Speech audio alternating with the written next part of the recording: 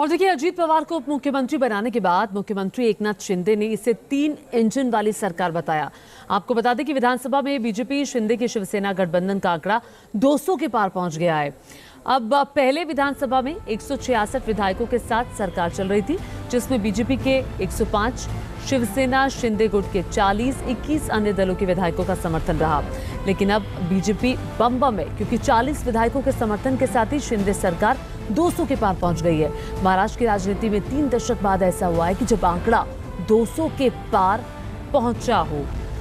यानी कि 2024 के लोकसभा चुनाव से पहले बीजेपी को बूस्टर डोज भी मिला है और नया साथी भी मिला है। अब जानिए शरद पवार की पार्टी टूटने से संयुक्त विपक्ष की राजनीति को कैसे धक्का लगा।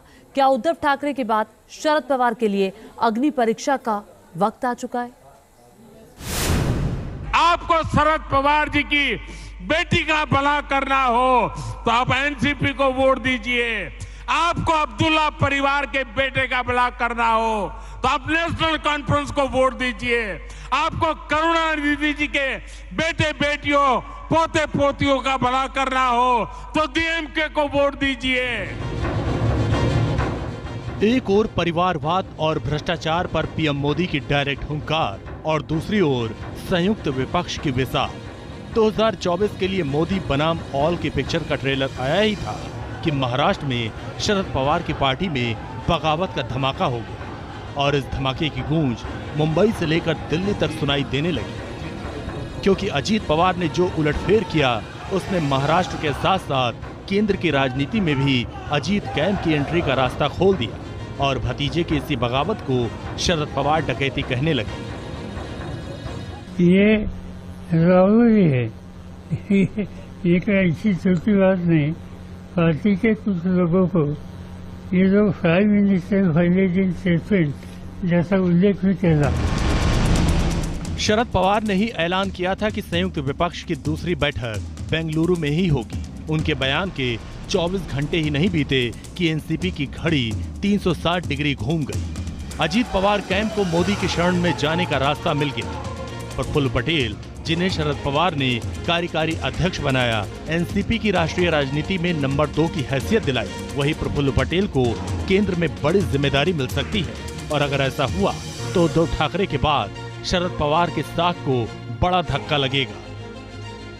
सबसे ज्यादा लोकसभा सीटों के मामले में यूपी के बाद महाराष्ट्र का नंबर आता है। 2019 के चुनाव में बीजेपी शिवसेना गठबंधन ने 41 सीटें जीती थीं। 5 सीटों पर शरद पवार की पार्टी एनसीपी को जीत मिली थी। 2019 के विधानसभा चुनाव में एनसीपी दूसरे नंबर की पार्टी बनी थी। कुछ महीने पहले महाराष्ट्र में लोकसभा सीटों के लिए बीजेपी ने एक इंटरनल सर्वे किया था, जिसमें यह उजागर हुआ कि एकनाथ शिंदे को साथ में लेकर बीजेपी महाराष्ट्र की 48 में से 42 सीटों का टारगेट नहीं हासिल कर सकती। ऐसे में बीजेपी को एक ज़रूरत आन पड़ी थी, एक बड़े दावेदार की, एक बड़े साथी की, और उसके लिए उनके सामने एक ही नाम था, अजीत पवार। मोदी युग में जब जब कांग्रेस को स्ट्राइक रेट की जरूरत हुई, शरद पवार ने उसे पूरा किया।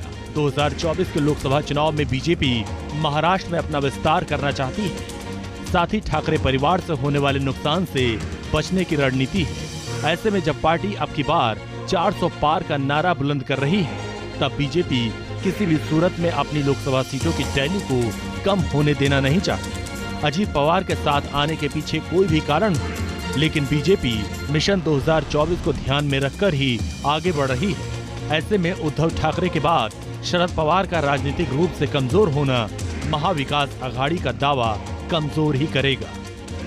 लेकिन अभी अजीत दादा उनके सब लोग आने से हमें लगता है कि आउट ऑफ 48 इसमें एक भी सीट हमारी लोकसभा में कम नहीं होगी। और संजय राउत जैसे लोगों को क्या कहेंगे जो कह रहे हैं कि डरा धमका के लोगों को साथ में जोड़ा जाए?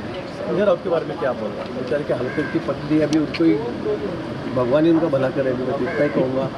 बेचारे भी बोलने के लिए कुछ बचा भी नहीं।